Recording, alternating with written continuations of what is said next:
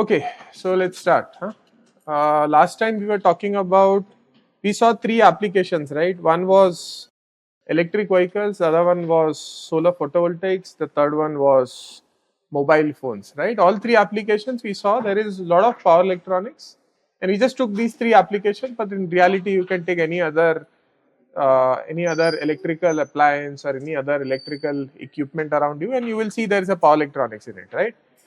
And then we saw that, for example, DC to DC converter and AC to DC converter, these were the two common converters which were used in these applications. So we just looked at, let's say, DC to DC converter, and we are exploring what are the possible ways to do this conversion, right? So the simplest way, based on what we learned so far in previous classes, we thought that, we just couple a motor and a generator, and that would sort of take care of the DC to DC conversion process, right? You can have a you can have a DC motor and a DC generator. You can either design them differently with different pole pairs, or you can have a gearbox so as to get different input and output voltages, right? But this one has, of course, a very big size, right? Cost would also be high. So then the next possibility was just use a small resistance divider. If you have to do buck, if you have to boost, then maybe this will not work. But if you have to do buck, you can use a simple resistance divider.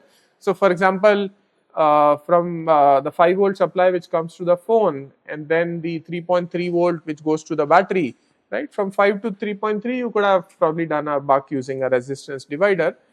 But we saw that this is not a good way because efficiency would be poor. There's always losses happening in the shunt 10K branch, right? In addition to that, if the load changes, then the output voltage will also change because the load resistance is coming in parallel to the 10 kilo ohm resistance, right, in this screen.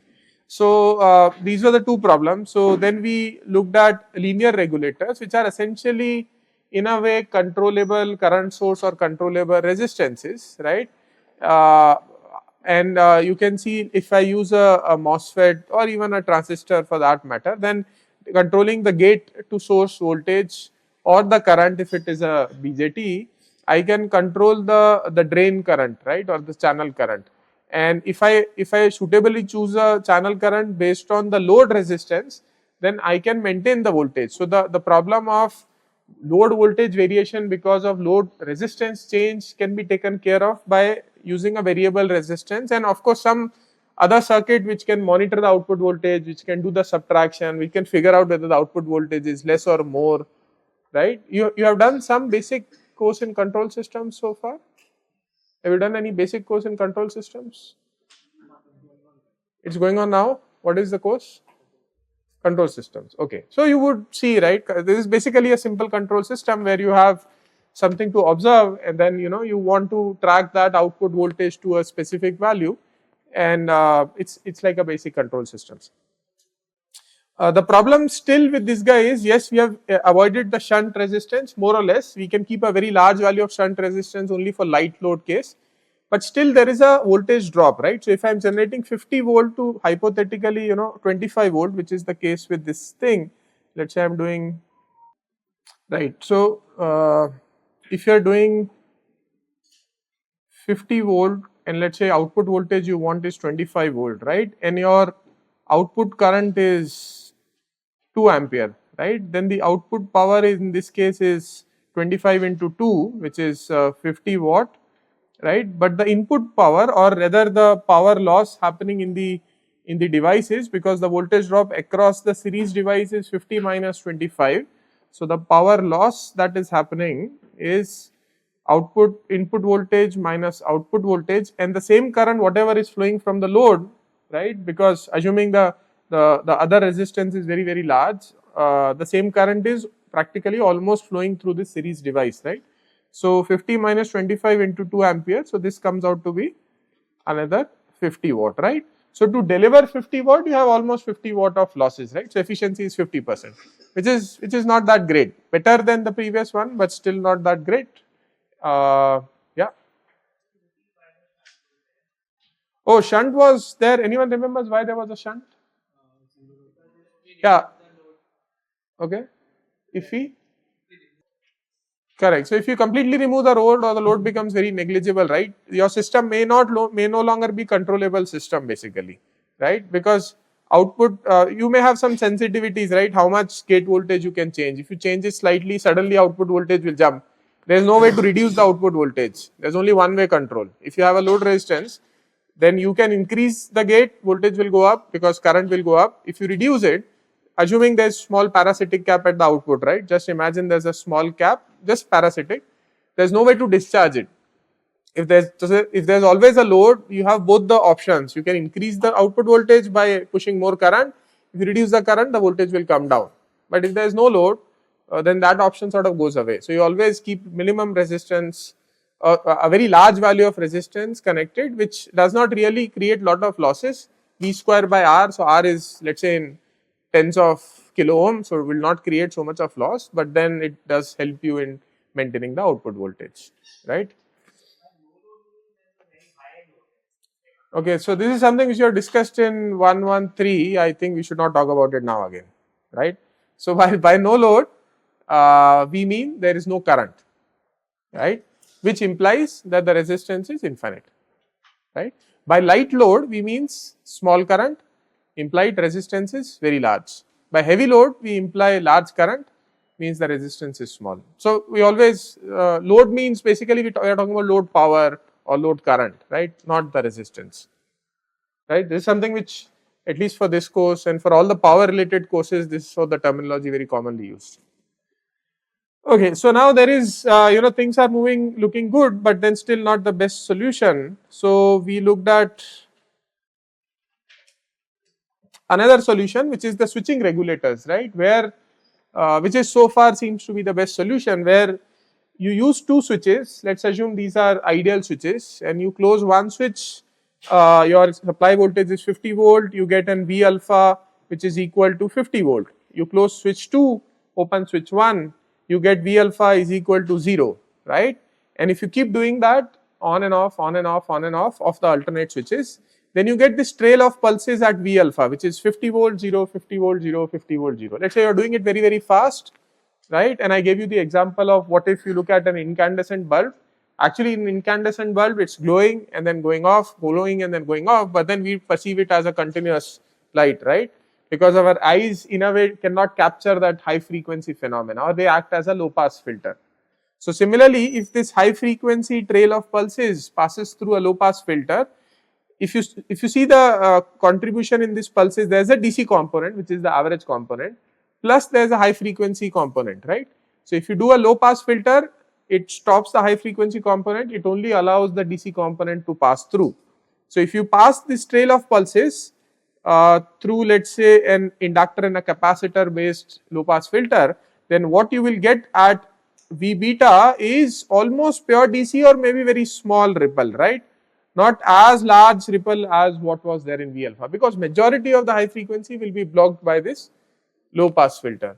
We will do more about this filter, we will do learn more about this switching, but this is, if you see, this is nothing but the buck converter which you might have studied. If you put the filter and the switch together, right, you can imagine this was the buck converter which you may have studied long back in 103, right? But anyways, we will come back to more detailed operation of this circuit. So if you are able to understand at high level now, I think that's okay. We'll relook at it. This is how most of the power electronic converters operate, right? We don't want to do linear regulators. We don't want to create a lot of losses. The objective is that you have a low frequency, the 50 hertz or a DC voltage. You overlap it with a very high frequency component, right? And then you filter it out, right? And in the process, change the voltage levels or the magnitude or the frequency, whatever you want to do, right? But that's the basic principle. As we move forward, I'll give you more examples. So this sort of concept becomes more clear to you. For this, what you require is a switch, right? S1, S2, and an inductor and a capacitor. Right now, inductors and capacitors, by now, I mean, we have been talking about it from quite some time, and you know these guys exist and you have seen them. The switch S1 and S2 we are talking about cannot be a mechanical switch, because if it's a mechanical switch, it will take its finite time to close and open, right? Which could be, let's say, anything between a few seconds in best case maybe it can maybe do in half a second or something like that, right? But you cannot talk about switching at kilohertz, right? That means 1000 times switching in a second, right? You cannot talk about switching 100 kilohertz, that means 100k times on and off happening in 1 second. You don't expect that with a mechanical switch, right? So this switch is very important for power electronics, and this could be, for example, your MOSFET, right? So this could be a MOSFET. How we use MOSFET? If you have to use it in this circuit, you can turn it on, right? So that way your gate voltage is 6 volt. You are in this topmost characteristics, right? Your drain to source. This is x-axis is drain to source voltage, y-axis is drain current, right? You have seen this graph before. You have learned about MOSFETs. Okay. So if I give gate to source voltage 6 volt, then I am on the topmost graph, right? So I can actually push 25 ampere of current through this switch by creating just a small drop of about 2 volts, right? In this state, I would call it as a on state. If I give the gate to source voltage 0, right, then it can actually block very large voltage and will not allow any current to flow, right? So this is like switch is open, right? Because when switch is open, it will not allow any current to flow. When switch is closed, it can allow any current to flow with a very small drop created across the switch, right? So you can see this point, I can call it as an off condition. So now if I can, when I want to close the switch, I can give gate to source 6 volt. It will be acting as a short circuit, not perfect short circuit, but a very, very good short circuit, because your voltage drop is only 2 volt, even if you are pushing very large current of 25 ampere. And when you want to open it, you give a gate to source voltage of 0 volt, and this would, not allow any current to flow, even if you apply 14 volt, even if you apply 100 volt, whatever, right? So this sort of feels like a switch, right? Feels like a switch which you could have used in the previous circuit. Plus, because it's semiconductor switch, it can switch much faster, right? It can switch in kilohertz, there's no problem. If you remember the previous circuit where we were talking about linear regulators, right? And this was a question some of you asked. At that time, we were operating somewhere in this region, shown by the bigger circle, right? Because the switch was acting as a current source, and we were operating in this saturation region, so to say, right? Now we are operating it either in the ohmic region or in the off region, right? So that's also another difference when we are talking about this power electronics or the switching regulators. It's the same device more or less, but the point at which we are operating is different. Now we are operating them either at cutoff region or in ohmic region. That means the switch is on or switch is off. There's nothing in between. But when we want to use it as a linear regulator, then we want to operate them in between, because we want them to mimic a resistance or a current source, right? So they are neither completely on, neither completely off. They will have a large voltage drop, and they will also allow current to flow through simultaneously. Okay, any doubts? Yeah, sure, of course. It's just an example.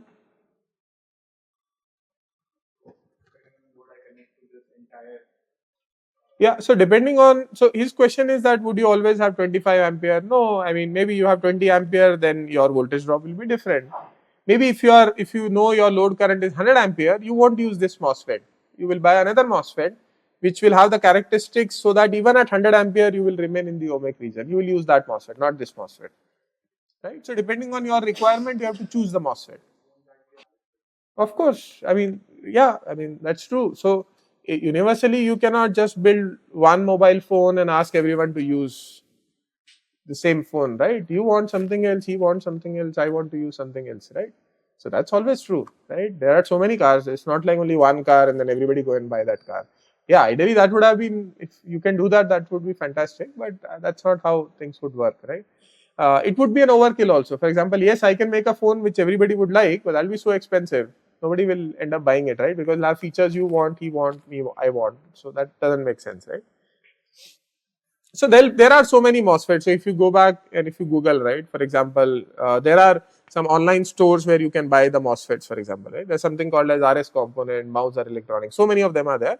You go there, you search MOSFET, you will get hundreds, thousands of these devices with different current rating, different voltage ratings, basically, right? Okay. So switch, as we call it, is one of the most important thing in power electronics. There are different names, and I might use these different names as we go through the course. And also, you would see that different books, other professors might use some other names, right? Somebody would just call it a power switch. Somebody would call it a power semiconductor device. Somebody would call it a semiconductor switch. Somebody would call it a controllable switch. Somebody would call it just a switch, right? So all of these things in our mind, you should be able to map it to the application we just saw, right? Okay, let's start with a little bit of history. I know you might have learned history in some of the other courses as well, especially in 103 maybe there was a little bit of history component. But let's look at a little bit more from the power devices perspective, right, how it evolved. So most of the semiconductors started happening in 40s, 50s, yeah? 1940s, 1950s, 1960s, when Fairchild got found. You might have heard of name called William Shockley, who was one of the inventors of BJT and a lot of these things, right? But but but then before that, there was still something with which people were able to do AC to DC conversion and so on, right? So just to sort of fix timelines with you, don't, I mean, at least for this course, we don't need to remember anything before 18, let's say 1880s or something, right? You remember Faraday's disc? There was this simple disc, I might have showed you the picture, right, which was like a DC motor, very simple DC motor. Maybe you don't remember, go back and Google. That was, I think, in mid 1800s. Towards the end of 1800s, there was AC, there was DC system. People were fighting that which one is more prominent. Then from 1900s to 1950s, right, there were some other kind of devices being used, which is this mercury arc wall. And 1950 onwards, semiconductor really picked up, and now of course we use a lot of semiconductors, right? So before semiconductor, in 1900, 1902, there was something invented which was called as a mercury arc wall, or also known as just mercury arc rectifier, by Peter Cooper Hewitt in US, right? And this was a glass bulb based arc wall. So the enclosure was made up of the device had an enclosure which was a glass bulb kind of shape, and then later on some steel version of it was invented because glass was fragile. If you transport it will break, so people said, okay, let's not use glass, let's use steel. And so many other innovations happened in the next 10, 15, 20 years, right? A lot of them, which we'll not go in details of. But the basic device was very interesting. And you remember, this is before MOSFETs, right? You don't know what is MOSFET, you don't know what is BJT, you don't know any of those things, right? And this is a device which is almost a switch, almost a switch. So if you see, this is the structure. This is the, it looks like a bulb, it's made up of glass, right? So this is the structure. This is cathode pool of liquid mercury, right? So there is liquid mercury which is floating there. Okay, and then this is anode made up of carbon, graphite carbon basically, right? And this is completely sealed, this bulb is completely sealed. So this mercury liquid is there, but there is also mercury vapors in and around this chamber. Okay, now mercury emits lot of electrons, right, which can easily go from this pool of mercury through this air vapor of mercury, and then it can be absorbed by carbon or graphite sitting here, right. So what it did, it can allow the current to flow through. If the electrons can flow through from mercury from the bottom to the top, then the current can flow from top to the bottom in a way, right. So it allowed current to flow in this direction only, right, didn't allow current to flow in other direction, because the electrons would only go from mercury to the carbon, right. And this, you can imagine what kind of device this sounds like. Have you seen any other device very similar to this? Diodes, right? It's like a primitive diode, if you want to call it. So these guys are anode, right? This is anode, you call it anode, and the same nomenclature we use in diodes as well. And this other guy, we call it as cathode, right? So cathode is made up of a liquid mercury anode is graphite or carbon, mercury emits free electrons, and when there's an arc gets formed, then the electrons flow through the ionized mercury vapor to the anode, and that's what makes it behave as a diode. Good point to have to ask questions. Yeah, go ahead.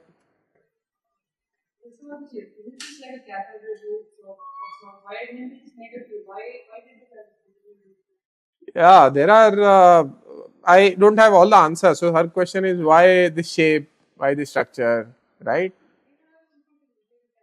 We could have had a simple tube, possibly yes.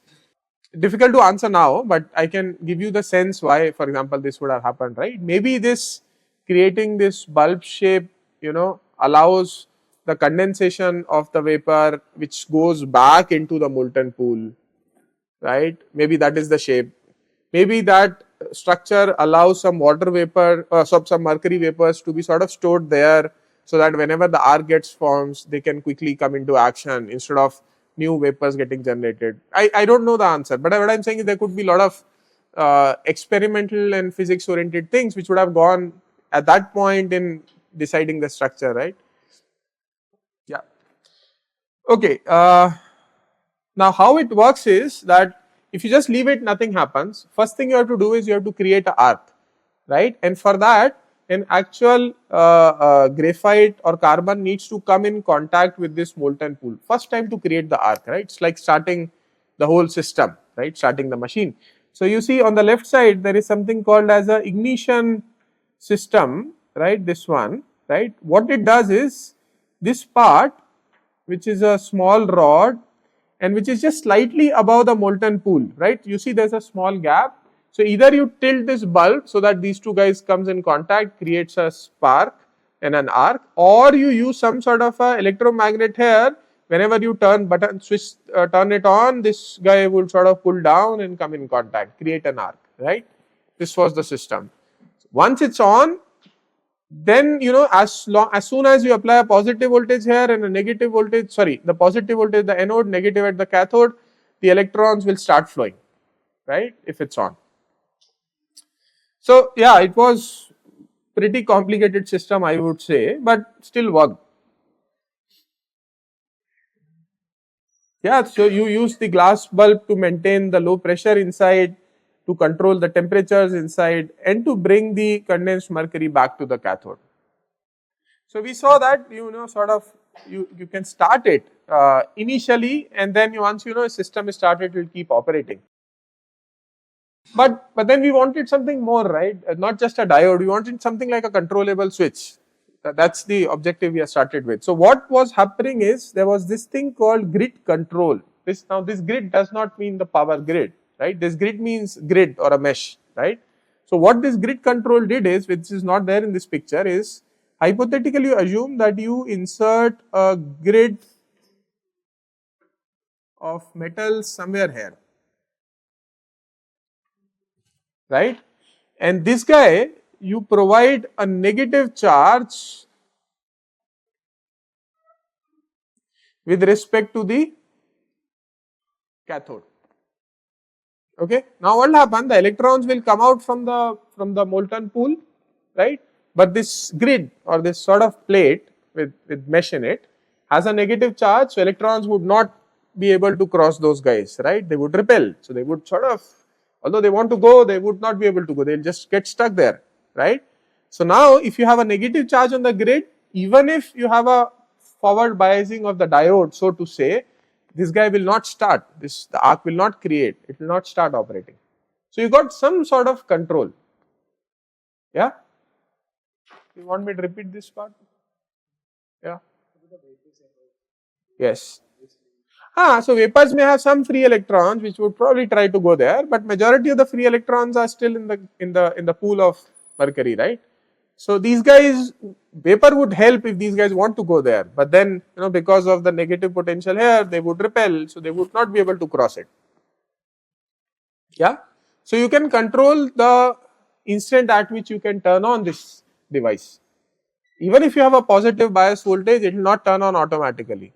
Similar to BJT, right? For example, BJT, even if you give positive, what are the terminals of BJT? Hmm? Okay, let's talk about a MOSFET, right? MOSFET has gate and drain and source, simple, okay. So even if you give drain to source positive voltage, right, unless you give gate, it doesn't conduct. It's not just a diode basically, it's something more than diode.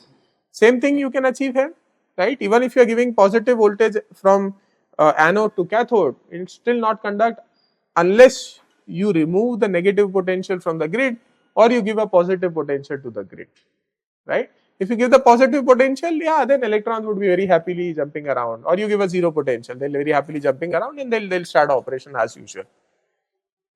Is that okay? The challenge is once this arc is formed, right, then a few couple of voltage of negative voltage cannot stop it. That is the problem. So it's not completely like a MOSFET. You can turn it on, but you cannot turn it off. So that's a small catch, right? So grid between anode and cathode, it's closer to the cathode, closer to the molten pool. Negative voltage apply with respect to cathode doesn't allow electrons to flow. Slightly positive voltage will allow the current to start. Arc cannot be stopped by grid control. You can create, you can time the turn on instant, right? But once the current is there, once it's flowing, you cannot control it through the grid voltage. Of course, if naturally if the drain to source voltage becomes 0, then the current will stop. That's fine. But you cannot control it using gate, which you could have in MOSFET, of course, but not here. Right, and that's the reason these kind of devices are called as semi-controlled devices, because they are not completely controllable. You can turn them on, but you cannot turn them off. Turn off will happen based on the drain to source. The gate cannot turn off, right, and therefore these devices are called as semi-controlled.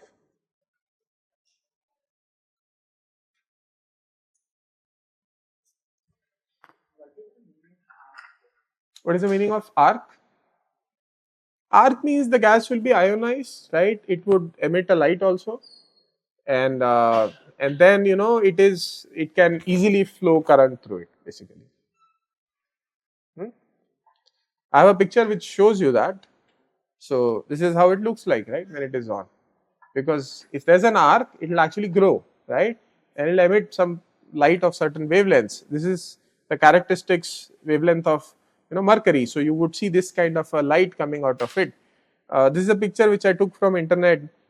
This is a restored mercury arc wall which is at Kempton Steam Museum in London, and this was this can take 415 volt, the maximum voltage it can take.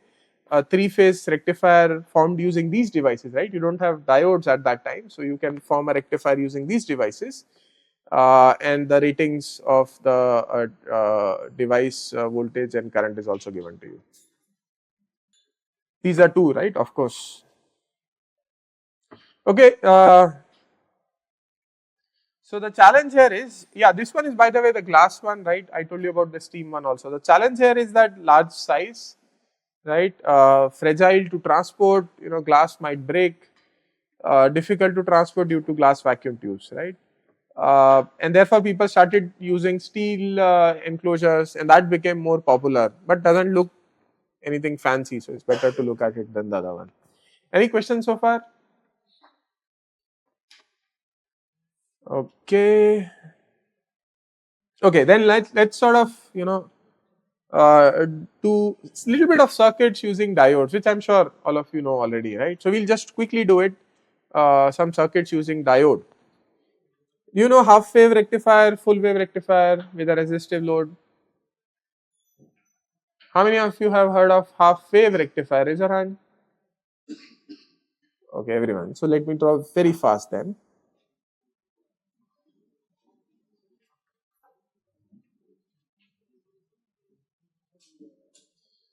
Um,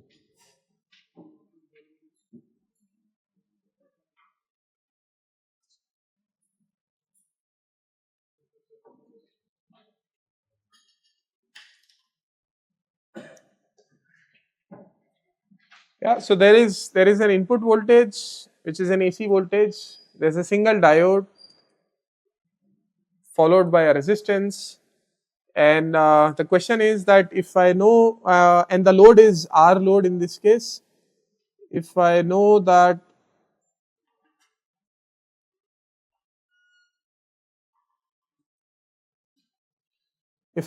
this is my input voltage, right,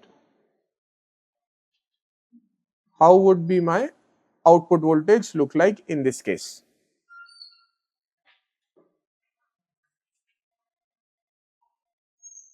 How would output voltage look like in this case?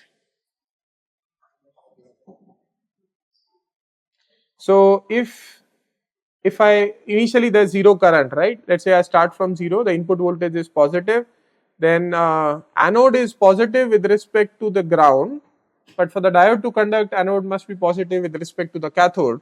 But because there is no current, so anode is positive with respect to cathode as well, because I into R is 0, right? So the diode starts conducting and the current starts flowing in this direction, right? So the output voltage would follow the input voltage as long as the input voltage is positive, right? When the input voltage becomes negative, then anode becomes negative potential with respect to the earth. Again at 0 voltage almost current is 0, so that there is no motivation or there is no drop across the resistance, and therefore the anode will become negative potential with respect to the cathode and it will not conduct, so your output will remain 0. Right? This is what the output voltage would look like, right? And all of you are okay with that. Any doubt in this? No doubts. Okay.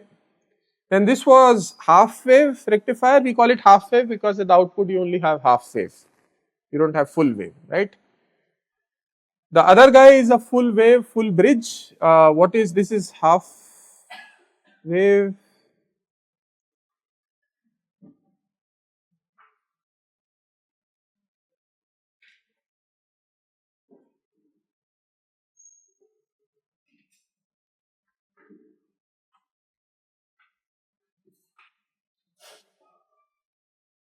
This is a full bridge.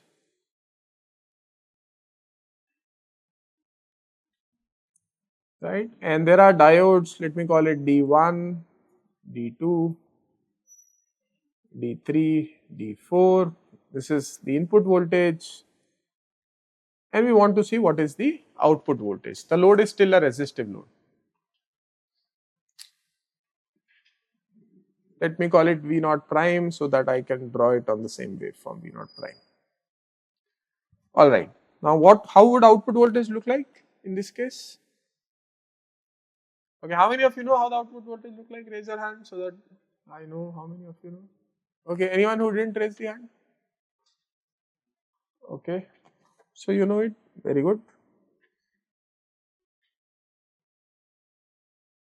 The positive, when the input voltage is positive, right? Let's say at this instant T1, your input voltage is positive. That means point alpha is at a higher potential than point beta, right? At T equal to T1, potential at alpha is greater than potential at beta with respect to some, let's say, common earth. Now, which of the diodes will conduct? Whether D1 will conduct or D3 will conduct? D1 or D3? There's an input source, right? At T equal to T1, the input voltage is positive slightly, right? Let's say 1 volt, 2 volt, 5 volt, 10 volt, whatever. The question is which of the diodes will conduct? D1 will conduct or D3 will conduct? Where we can see that at T equal to T1, V alpha is more than V beta, right? We don't know about anode to cathode voltages, right? What we know is only V alpha is more than V beta. Now D1 will conduct or D3 will conduct. Okay, how many of you think D1 will conduct? Raise your hand. Okay, how many of you think D3 will conduct? Raise your hand. Okay, last person, why would D1 conduct? Sorry?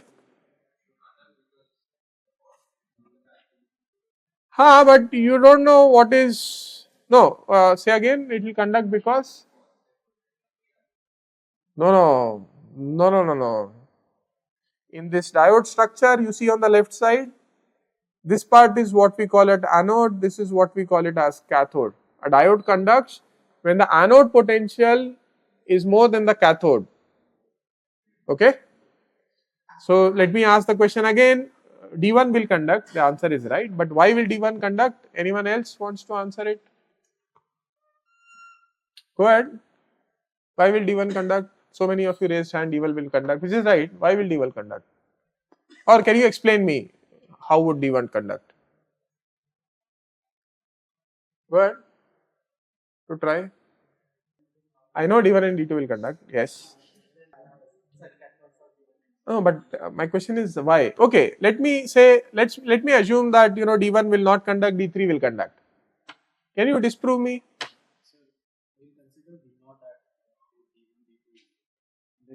We don't know what is V naught as of now. We just assume V is the potential. So if V is the potential, then D3 will conduct and D4 will also conduct. And by doing second answer after that, you can disprove. You have to disprove basically. So let's assume D3 conducts, right? If D3 conducts, V beta is same as V gamma, right? If D3 conducts, V beta is same as V gamma, and therefore potential across anode to cathode for D1, which is nothing but V alpha minus V gamma, is also positive, right? Because V alpha is more than V beta, and therefore D1 will also conduct, right? So if I assume D3 conducts, D1 will conduct. If I assume D1 conducts, then D3 will not conduct. And then sort of you get the sense and you can prove it that D1 will conduct, D3 will not conduct, right? Nothing to do with the output voltage. So this is what configuration we call it as a common cathode configuration, right? This is called as common cathode condition, not condition, configuration. That means if you have two diodes like these, and their cathodes are short circuited, and you have whole lot of other circuits, both sides, don't worry about those circuits, then whichever anode is at a higher potential, only that diode will conduct, the other diode will not conduct, right. So whenever you see this circuit in future, you can easily make out which one will conduct, whoever's anode is more. And how to sort of prove it or how to accept it is, you assume the other is conducting, you can say that this will also conduct, but if this is conducting, the other will not conduct, and hence prove that this would be the only guy conducting. Is that okay? Any doubt? This is common cathode. Similarly, you can see common anode. You look at D2 and D4, which one will conduct at T1? Which one will conduct? D2, because the cathode potential of D2 is less, right. So that forms the common anode configuration, right. Common anode configuration is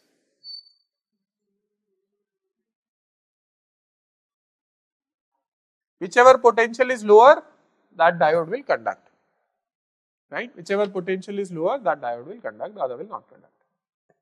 Okay. Rest I think you know. So you know the operation of the rectifier circuit. There is a resistance connected, so the output voltage will be like this.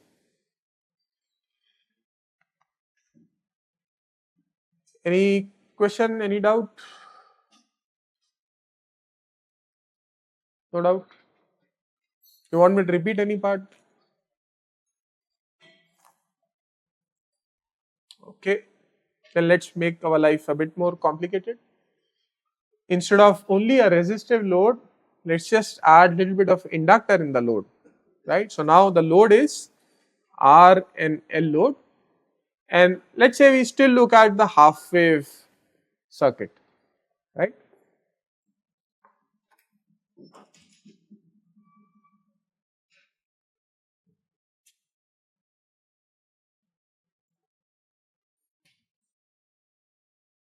Is this circuit visible at the back? I am trying to draw it very small, but I just want to, is visible? Oh, so I can write small then. It's visible? Okay.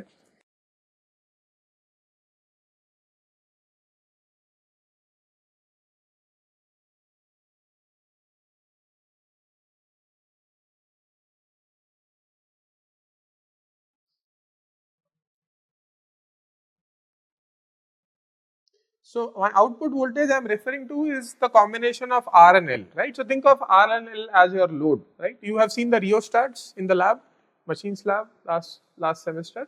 Those rheostats, if you see, they are resistance, variable resistance, but they are wound in a coil kind of a fashion, right? And therefore, of course, they would also have inductance. So just imagine a practical rheostat is connected across the output terminal, right? And you are measuring the voltage across the rheostat. In fact, you can do this experiment in the lab also, right? If you want.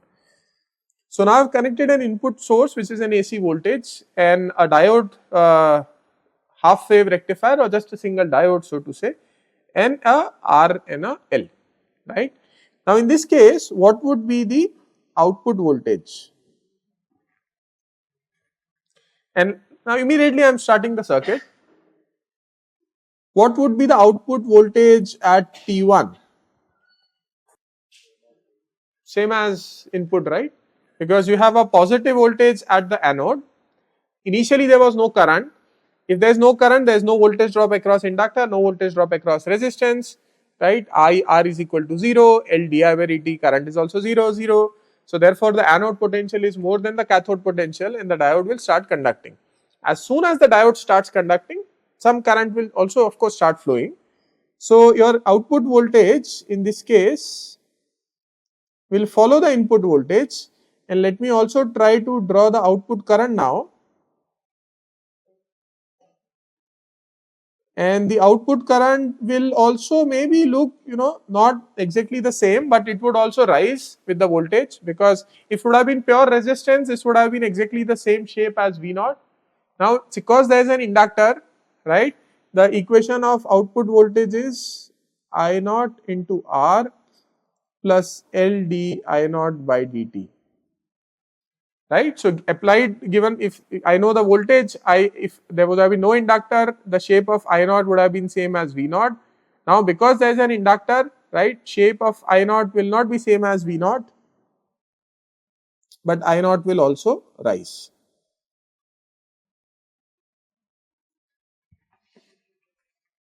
Is that okay? So far is this fine? Output voltage, output current.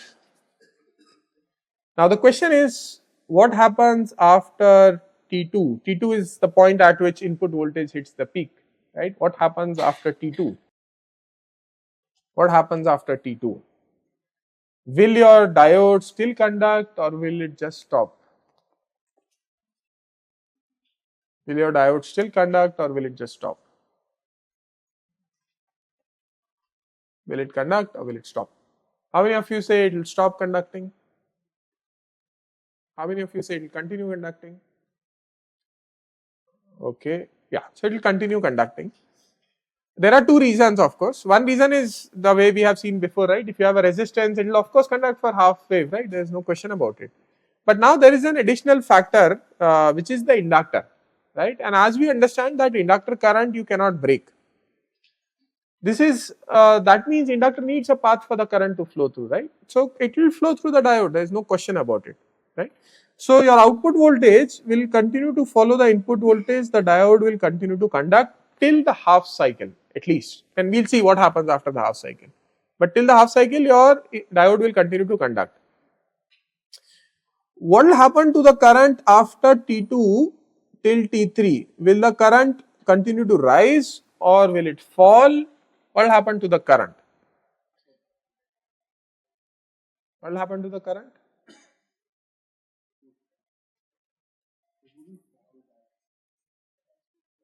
Okay. So if you see, if I rewrite this equation, I can say V naught minus I naught into R, sorry. So for current to fall, di by dt should be negative, right?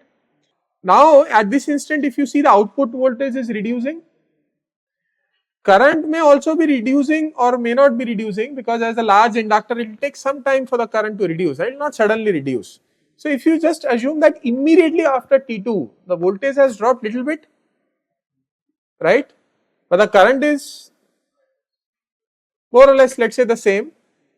In that case, V naught minus I naught R will be negative and your current will start reducing. Is that okay? How fast it reduces depends on the inductor. If you don't have inductor, then you know it's a resistance, so current will just be in the same shape, right? In this case, it will not be the same shape. It will reduce, but not as fast as if you don't have any resistance, right? So if I draw with the dotted line, what would have happened if you had a resistance? In this case, you will not drop very as fast, but you will still drop, right? So let's say you are still dropping, but not as fast. Is that okay? You can of course write the equation, you can find an exact expression, there's nobody stopping you, but this way of doing it gives you an intuition which is very important, not now, but later on when you look at more complicated circuits, right? So this is the whole idea of explaining you this way so that you develop intuition in solving these circuits. Any questions so far? Which point? Don't tell me the whole point. Okay. So the equation is fine, V naught minus I naught R is equal to L di naught by dt. So immediately after T2, assuming there is a large inductor, the current remains same. So I naught R remains the same, which was there just at T2, but the voltage has reduced, right? And therefore there is and therefore the slope may become negative, but it will not be as negative as was the case when you had a pure resistance, or the slope will not be as steep, right? Because inductor will try to hold the current basically. In fact, let me correct it, there is a little bit of mistake. When the current was rising, right, again it was not rising with the same speed as it was rising in a resistance case. So let me just redraw this, sorry. Okay, so let's say this was the resistance case. Here while rising it was not able to rise at the same speed, right? Since it didn't reach the top, immediately at t equal to T2, your V naught is still more than I naught into R, right?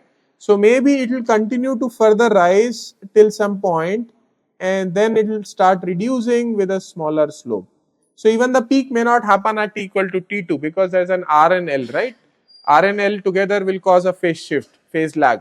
So if you have a sinusoidal voltage, if you connect R and L, the peak will get shifted from the peak, right, from the voltage peak. So the peak also may not happen at T2, peak may also happen a little bit later. Why? Because the current was rising slowly. And whenever the peak happens, then the current starts falling again slowly. Is it okay?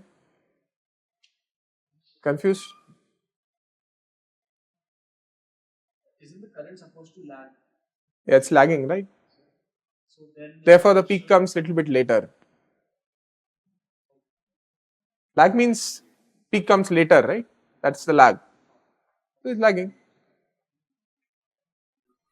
but should it also start from origin? Because at t equal to 0, circuit was off, everything was off. Let's say there was a hypothetically a switch here which you closed at t equal to 0 and you started your circuit at t equal to 0, right? In the next cycle, it will not start from origin. Maybe, maybe not, we'll see. But any other question if that helps you clarify? Okay, so it starts from origin, it grows up with a smaller pace as compared to a pure resistance. It hits a peak little bit later than the peak when it would have hit with a pure resistance. Then it starts dropping again with a smaller slope, right?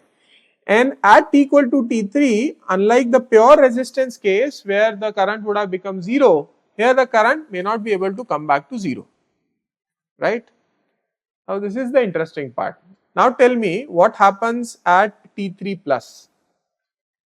What will be the output voltage at T3 plus?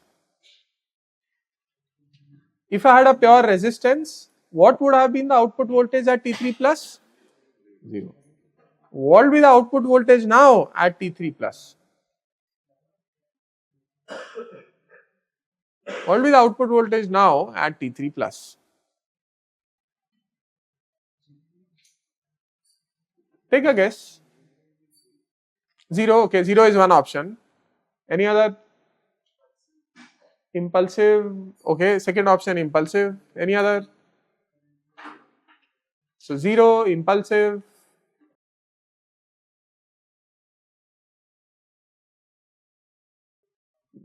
Some negative voltage. Okay, that's the third option. Anyone else? Diode will still conduct. Very good. Fourth option.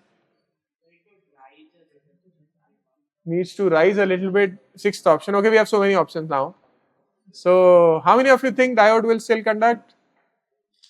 Yeah, that's the right answer, right? That's the right answer, and I think more or less you would have converged to the same answer. Question is, why will diode conduct? We always learned that if anode is positive with respect to cathode, diode conducts. If anode is not positive with respect to the cathode, diode does not conduct. And this is how we learned the rectifier circuit with resistance. Now I am suddenly saying that because of the inductor, the diode conducts. So I'm not relating it with the voltage now, I'm relating it with the current. I'm saying that, because there's an inductor, there's no other path for the current to flow through, diode will continue to flow the current. So, but diode is the same, right? How did the diode change his or her mind? I mean, Input voltage is not across the diode, it's across, there's a RLL in the middle. Correct. So that across the diode, you can still have a net positive. But how do you know? Maybe you have positive, maybe you don't have positive, right? How do you know? Because the inductor will resist the, trying to make it negative. Okay. And at T3, LDI by dt, we already assume di naught by dt is negative. Yeah. So that's how we converge to d naught is 0. Okay. So di naught by dt is 0 negative, so it will obviously be reducing. So okay. Anybody else? I'll try to summarize what you guys are suggesting, but anybody else wants to try to explain why, we were always relating diode operation with voltage, anode, cathode voltage. Now I am giving you a new explanation that because there is no path for the current flow, diode will turn on. Now you should be confused, right? What is this new definition of diode turning on?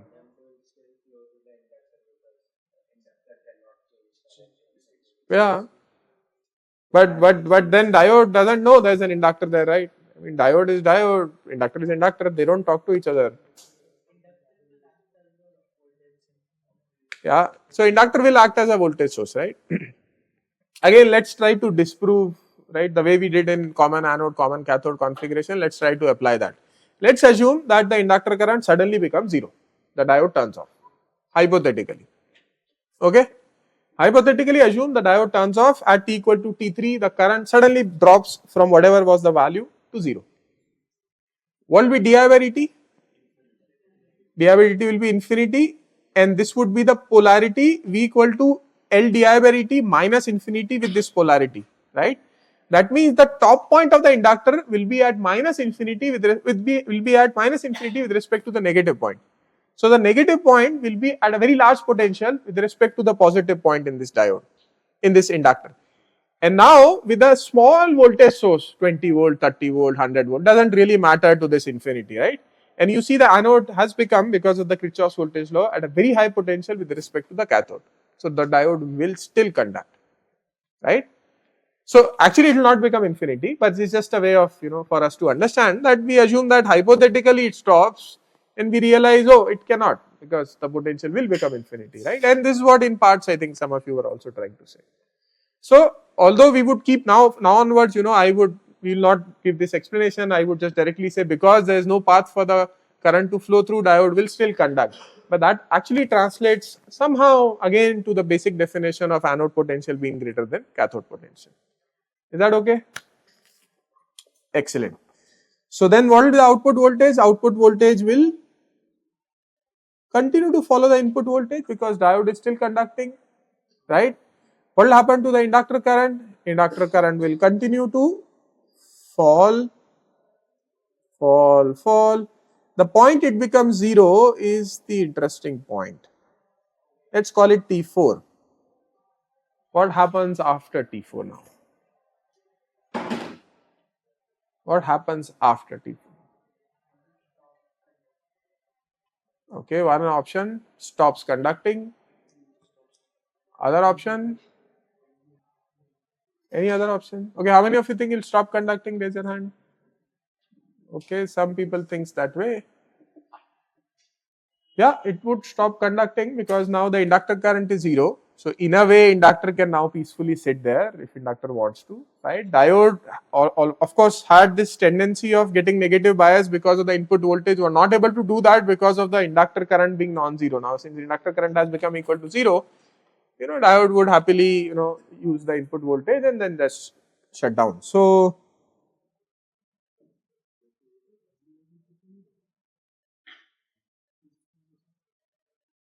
this is how the voltage and the current would look like in this case, if you add a little bit of inductor. Okay. The next cycle, again the story starts.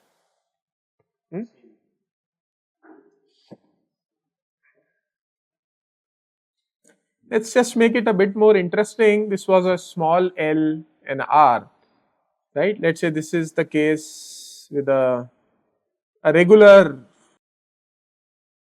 L and R.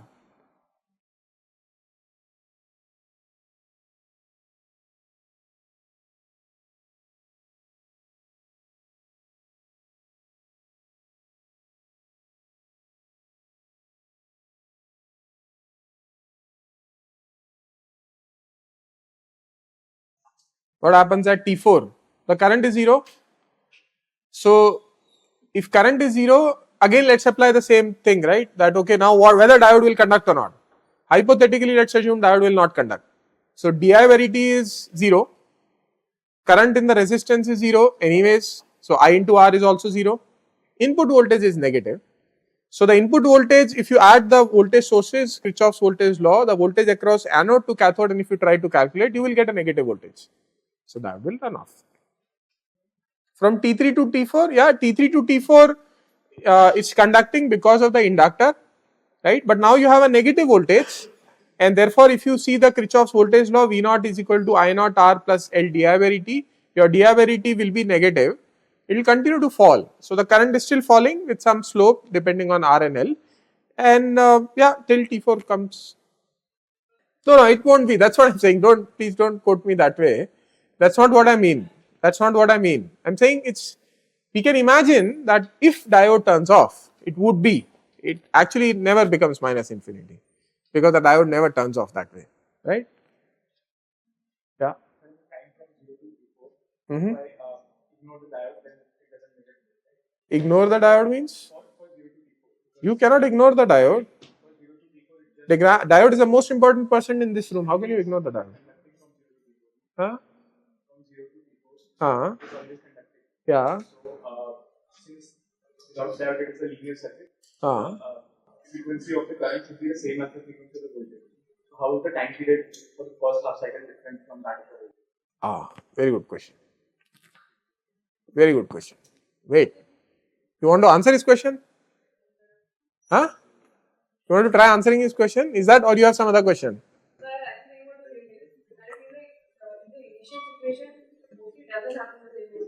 Okay, no. 1 second. So let me repeat his question first. So his question is that your diode is conducting from 0 to T4, right? And in this period, diode is ideal diode we have considered, so it's like a short circuit. So in that period, your circuit is a linear circuit, right?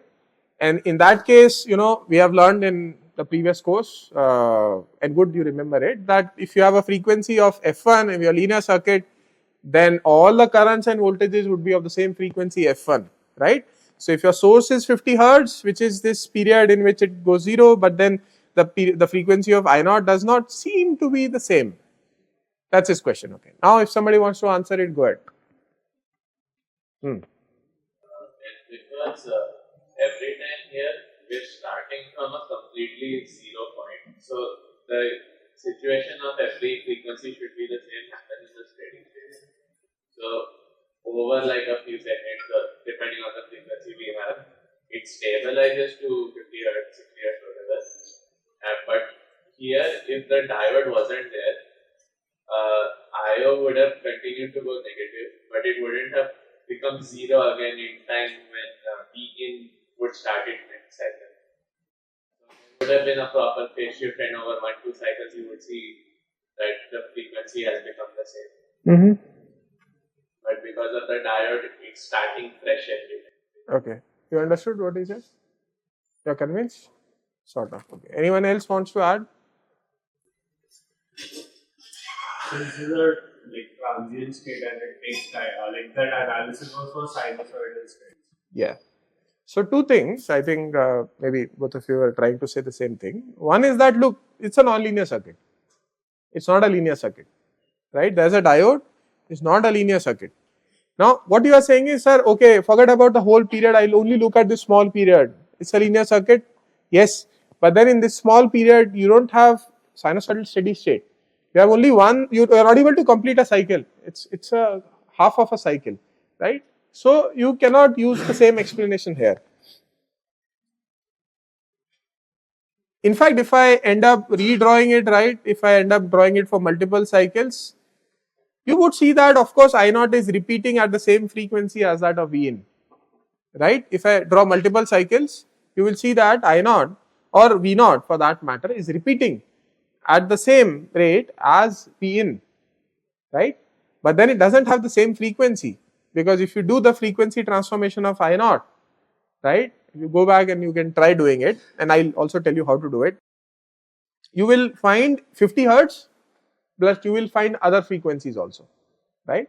So it's a non-linear circuit. So if you are exciting with 50 hertz, there is no guarantee you will only get, in fact there is guarantee that you will get other components as well, right, more than 50 hertz.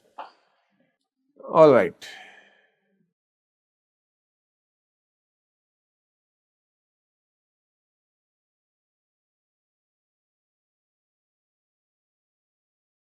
I want you to sort of, again physically tell me how would things change if I make the inductor value very, very large.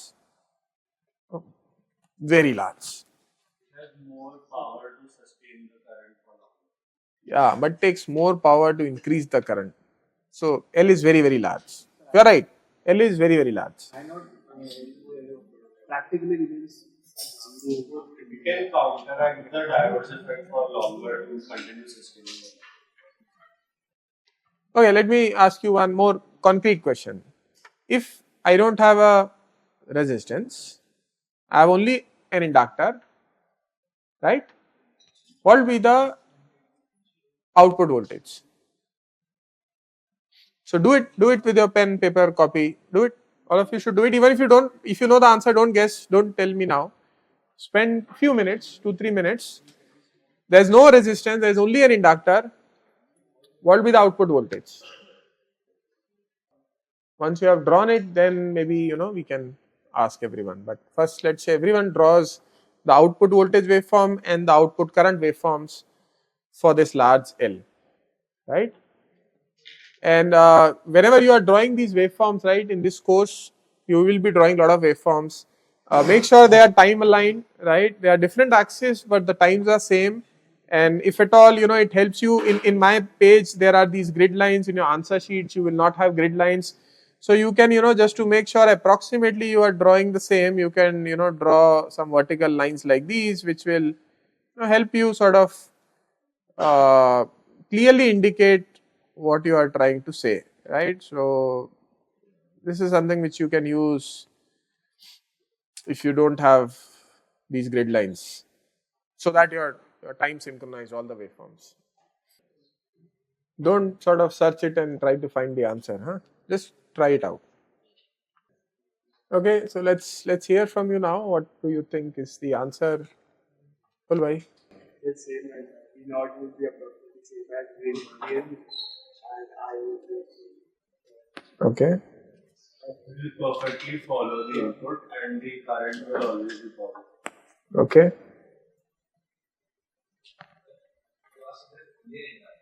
Yeah. Yes. There's only an inductor.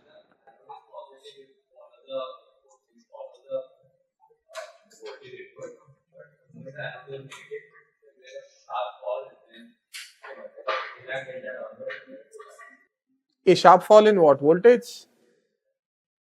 Okay. Anyone else? So we have two answers.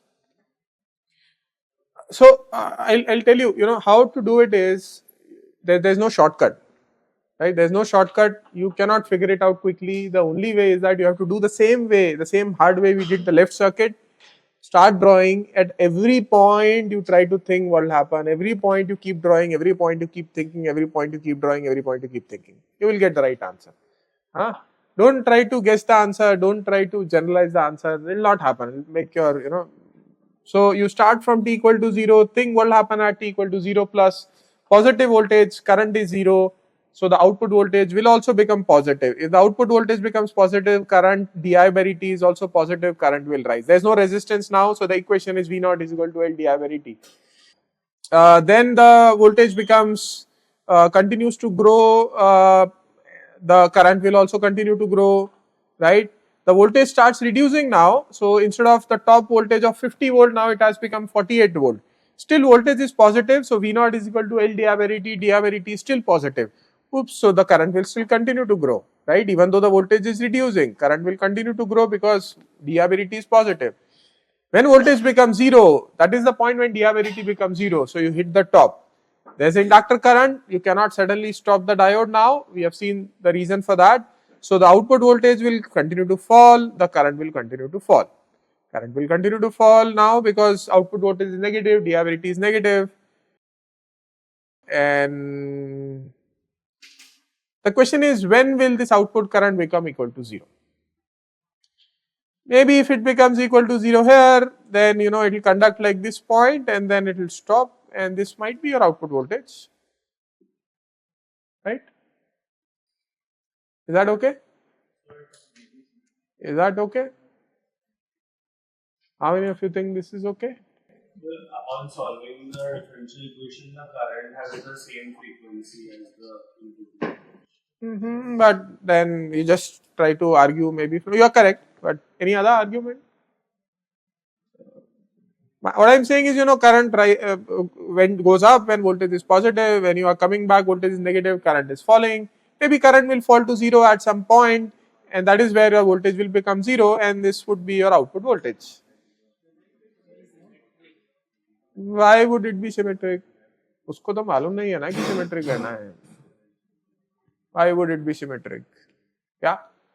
Because since PO is following B Mm-hmm. and PO is equal to LDI by dt, the slope the slope of the di by dt will actually be the same while rising and just the negative of it while falling. Mm-hmm.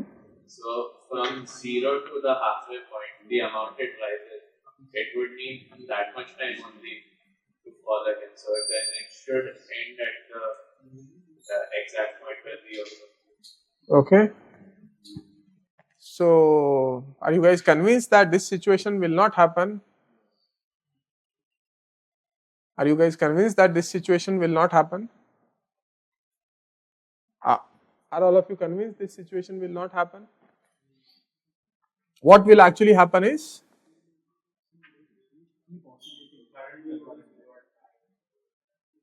the current will become 0 exactly at 2 pi period, where the full cycle sort of ends. Exactly at the end, the current will become equal to 0. Why is that so?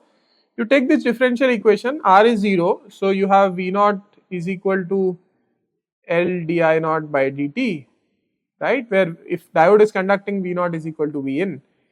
You take the dt integral there, you integrate V naught into dt from 0 to, let's say, t4 or whatever, t4, t1 is equal to L integral of di naught, and the current goes from 0 to 0, right? So t1 is the instant when current will again become equal to 0, right? Now what it means is the integral of V naught dt must be equal to 0 for current to become 0, right? So what is the integral? Integral is nothing but the area under this curve, right?